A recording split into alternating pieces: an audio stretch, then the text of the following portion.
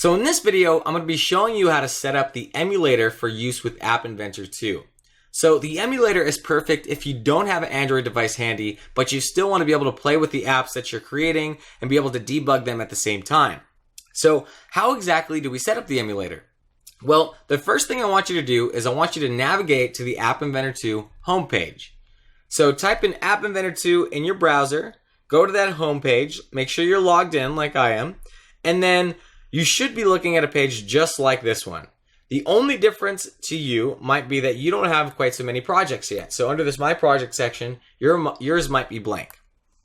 So from this homepage, I want you to click on Help, and then I want you to click on Get Started. A new window should appear, and then from there, I want you to click on Setup Instructions, this link right here. And then I want you to scroll down a little bit on the new page that's loaded.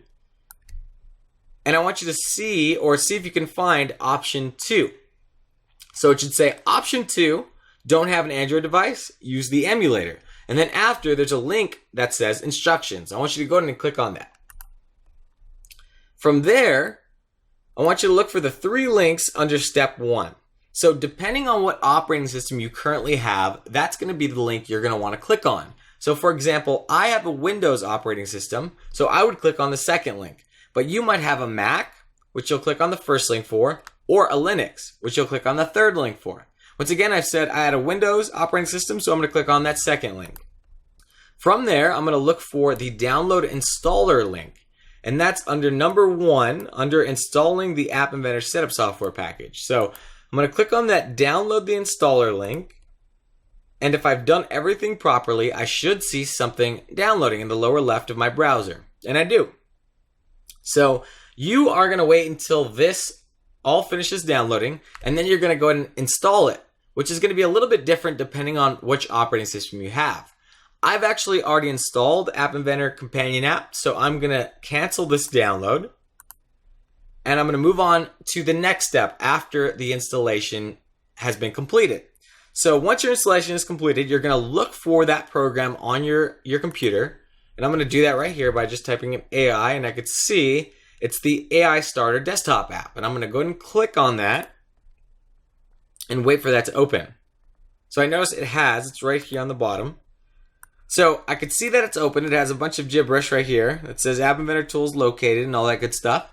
I'm going to just minimize it for the meantime, knowing that it's now open. And now I'm going to open up one of my projects.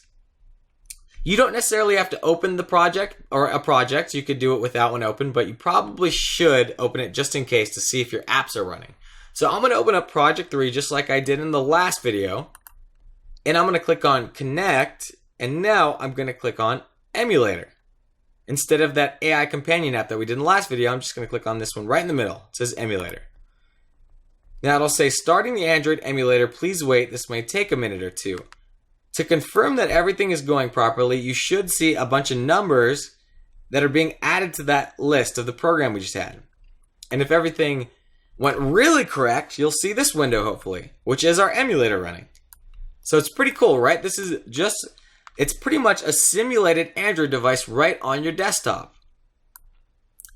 So great, so we're just gonna wait a few seconds for it to do all the setup.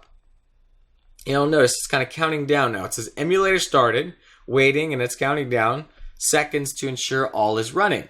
So once that's finished counting down, if everything went right or properly, we should see our app running in our emulator. So let's cross our fingers and let's hope that everything went correctly.